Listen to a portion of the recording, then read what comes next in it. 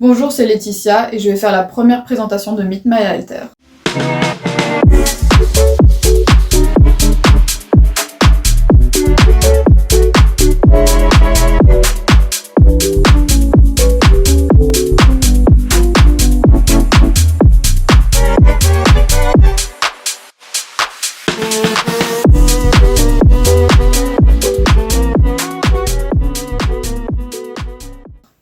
Qu'est-ce qu'un Meet My Alter? Alors un Meet My Alter, c'est une série de vidéos qui vous présentera chaque alter de notre système TDI, donc du trouble dissociatif de l'identité. Si vous ne savez pas ce qu'est le trouble dissociatif de l'identité, je vous conseille de vous renseigner ou d'aller dans notre podcast qui explique à peu près ce qu'est déjà le TDI et revenir après dans notre vidéo parce que je ne veux pas de commentaires négatifs par rapport à ça ou des personnes qui ne s'y connaissent pas et qui se permettent de juger.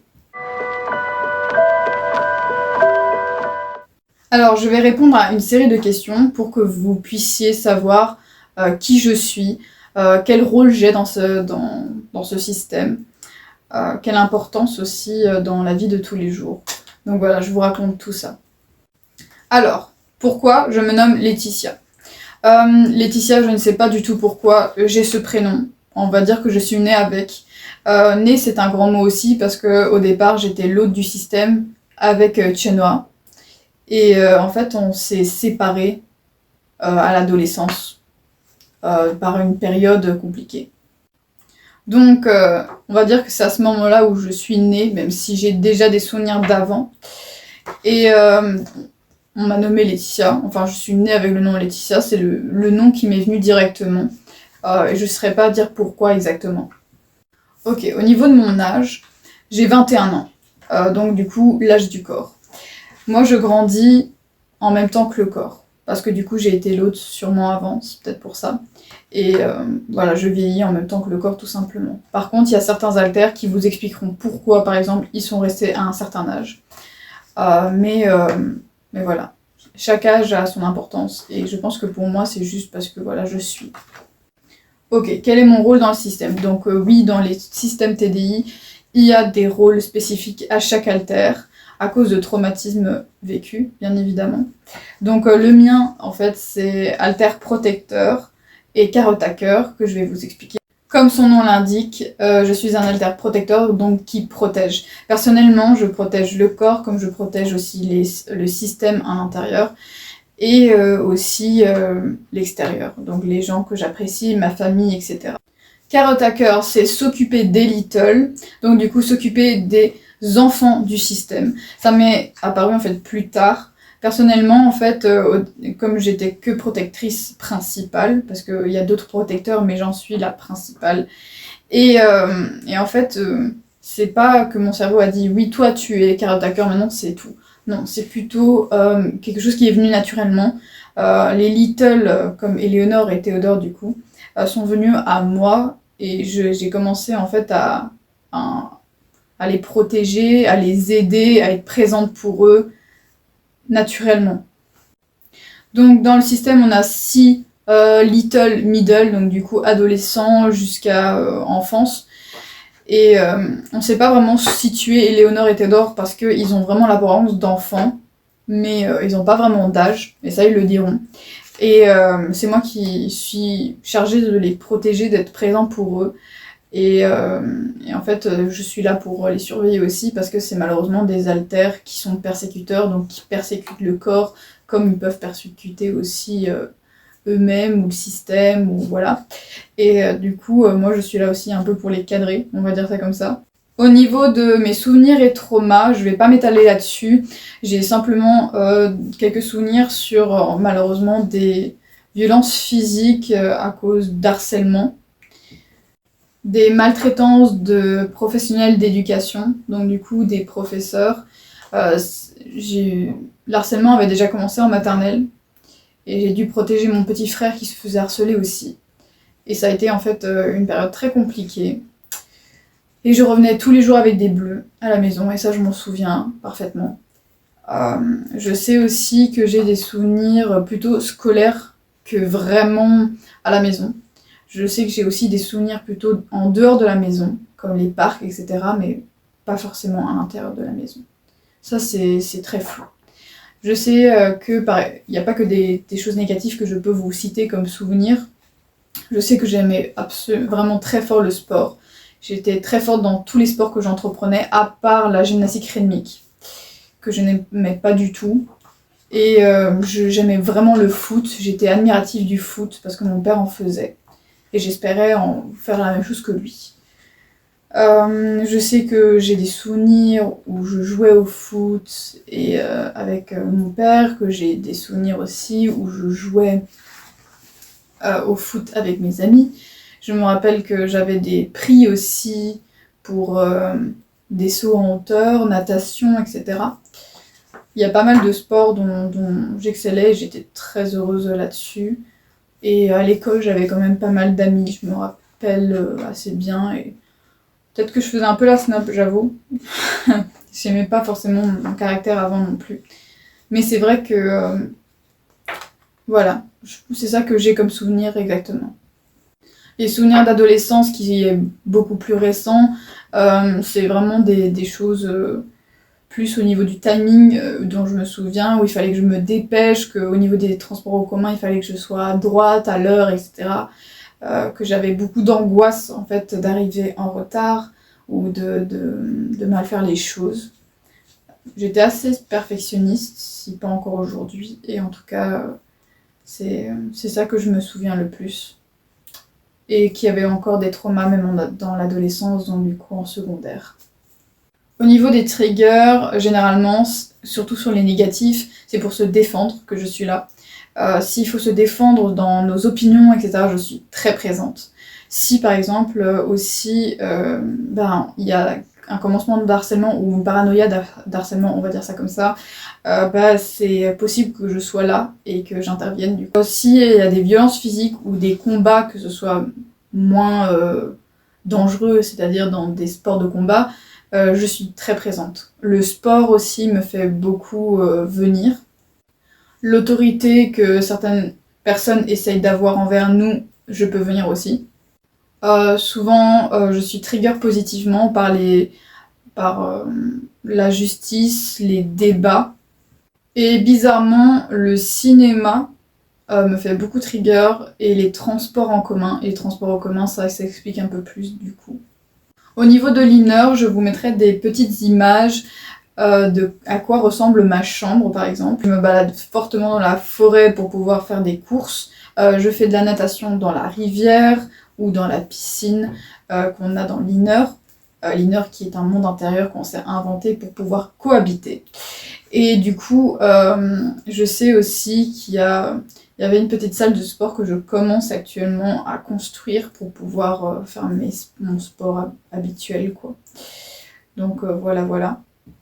Je sais aussi que dans l'inner, chacun a un animal actuellement parce qu'en fait en thérapie et grâce à notre fiancé, on s'est dit que pour notre protection, parce qu'il y a beaucoup de choses qui se passent dans notre inner qui sont même négatives pour nous, pour notre protection, avoir un animal totem pour nous protéger. Et dans mon cas, c'est une panthère noire. Et ma panthère noire, en fait, me suit un peu partout dans mes activités actuellement. Ça me fait un peu bizarre d'avoir un animal d'un coup, mais ça m'aide beaucoup, même pour ma paranoïa. Donc c'est chouette. Du coup, dans l'inner aussi, je discute beaucoup avec Éléonore et Théodore, donc je me rends dans leur quartier qui est dans le sous-sol. Et généralement, je vais regarder s'ils vont bien ou de voir s'ils font pas trop de bêtises parce qu'ils en font vraiment pas mal.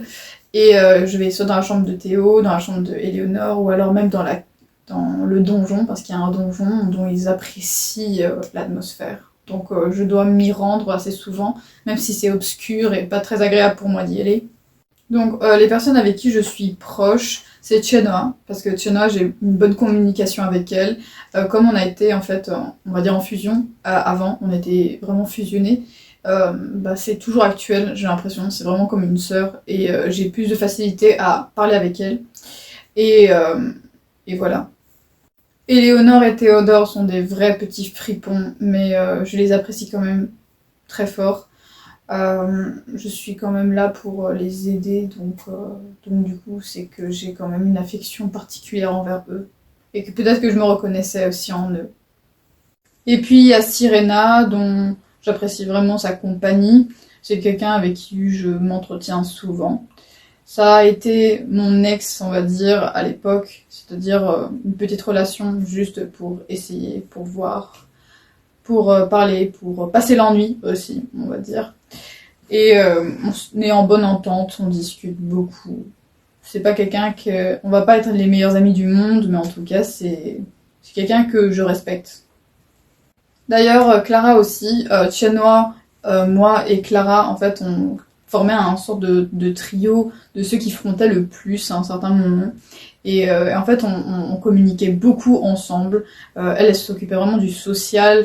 Tianois s'occupait de la vie quotidienne. Moi, je m'occupais de la protection principale du système. Et donc, du coup, en fait, on avait un rôle coordonné. Donc, il fallait beaucoup discuter entre nous. Et Clara est vraiment quelqu'un de super positif qui donne vraiment... moi qui étais très négative, c'était chouette d'avoir quelqu'un qui avait un autre point de vue et qui était très positif et qui me remontait un peu le moral à certains moments. Très franchement, c'est un personnage très agréable et j'avoue que voilà, c'est quelqu'un que j'apprécie. Pour les autres alters, c'est un peu compliqué. On a eu des hauts et des bas. Certains alters, je ne les comprends pas beaucoup, donc je ne parle pas beaucoup avec eux. D'autres, ça va, mais voilà, on parle pas, donc ça sert à rien. Il y en a d'autres où tout simplement c'est un peu la guerre, on va dire. Lucia, ça a été un moment la guerre, on va dire, parce que je ne la connaissais pas du tout. Elle venait d'arriver dans le système en 2020, si je me trompe pas. Et du coup, c'est très récent, et on était vraiment... je savais pas qui c'était, je savais pas à quoi m'attendre. Elle avait l'air vraiment étrange et je ne faisais pas confiance. J'ai eu quelques conflits aussi avec Alex parce que malheureusement c'est une personne aussi carré au tacker qui s'occupe des autres alters Little. Moi je m'en occupe que d'eux et lui il s'occupe des adolescents et des Little, sauf les deux jumeaux que j'ai cités, donc Éléonore et Théodore dont je m'occupe. Et en fait il y a une certaine rivalité entre nous deux, j'ai l'impression qu'il veut faire une compétition. Et s'il veut faire une compétition, moi, il n'y a pas de problème. Parce qu'il n'a pas pu gérer, en fait, les deux autres, donc j'étais obligée de m'occuper d'eux. À part les autres que je ne vais pas trop citer, parce que voilà. Martina, j'ai un petit peu de problème avec elle pour l'instant, parce que j'ai l'impression qu'elle n'est pas présente pour nous. Avant, elle était très présente. Elle essayait de nous aider dans toute situation, être là mentalement. Sauf que là, en fait, elle n'est plus là du tout. J'ai l'impression que c'est un fantôme, qu'elle s'en fout totalement et que j'aime pas cette idée-là.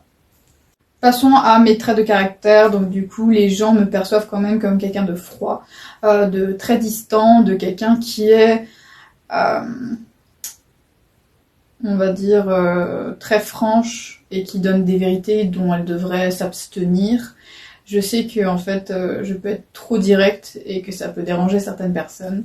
On me dit aussi que je suis le stéréotype de la colère dont je suis pas du tout d'accord parce que je montre toute ma panoplie d'émotions et le fait de juste me catégoriser en colère, c'est pas chouette. Vraiment, surtout que pas du tout. Peut-être que je suis un peu stéréotypée au niveau alter protecteur, c'est peut-être possible, parce qu'il y a beaucoup d'alters de d'autres systèmes que je remarque qui se comportent de la même manière que moi en tant que protecteur principal. Que justement, il faut être distante, froide, etc. pour protéger des autres, pour nous protéger de nous-mêmes, etc. Mais voilà, je pense qu'en fait, les systèmes créent ce genre de stéréotypes pour pouvoir vraiment réaliser nos rôles correctement et pour avoir une personne claire et précise dans la protection de certaines choses et d'aller vers le droit chemin, je sais pas. Mais en tout cas, dans mon cas, je trouve pas forcément que je suis seulement alter protectrice avec que la colère comme principale émotion. Je pense vraiment être une personne totalement complète et qui peut montrer vraiment pas mal de choses, si vous me connaissez bien. Au niveau de mes activités, comme j'ai pu le dire dans les choses au niveau souvenirs, etc., c'est le sport. Vraiment, le sport en général, je l'apprécie totalement. Le sport de combat aussi, parce que le sport de combat, c'est ça qui m'a beaucoup aidée. Je combattais beaucoup quand j'étais en maternelle, c'est pas bien, mais ça m'a protégée d'une certaine manière sur plein de choses. J'ai pratiqué du jiu-jitsu très tardivement, même si je voulais faire du sport de combat depuis un certain temps. Je voulais faire du taekwondo. je voulais faire du karaté. J'avais très envie de faire aussi de la boxe, mais voilà, j'ai pas eu le courage d'aller vers des sports de combat en club, et j'ai pu aller en sport de combat grâce à mon frère qui faisait du jiu-jitsu, et ça m'a vraiment beaucoup plu. Mes activités préférées sont aussi des combats, donc je parle beaucoup de combats féministes, de combats LGBTQIA+, pour les aider, pour faire des manifestations, pour faire des choses, pour en fait enlever en fait la xénophobie. J'ai un vrai problème avec l'injustice, ce qui est totalement logique avec notre rapport à la vie et notre rapport à notre vécu. Et en fait, du coup, tout ce qui est injustice, j'aime aider certaines personnes qui sont en galère par rapport à ça. Ok, passons à ma couleur préférée. Donc oui, ce n'est pas une information hyper importante, je vous l'avoue, comme certaines questions que j'ai faites là maintenant. Mais en tout cas, pour moi, ça l'est, parce que dans notre système, il y a un peu un code couleur. On a comme un aura qui a une certaine couleur, et du coup qui est aussi notre couleur préférée du coup. Ce qu'il y a aussi dans notre chambre, même nos chambres ont un code couleur, et ça c'est parce qu'on nous a un peu éduqués à la code couleur. On avait beaucoup de frères et sœurs, et donc chacun avait son code couleur, les parents aussi, et du coup on avait nos trucs à nous pour départager les choses. Du coup aussi ça nous aide à nous reconnaître lorsqu'il y a un alter, et il y a un certain aura qui se présente, et on peut le deviner avec la couleur, même si ces derniers temps on y arrive de moins en moins parce qu'on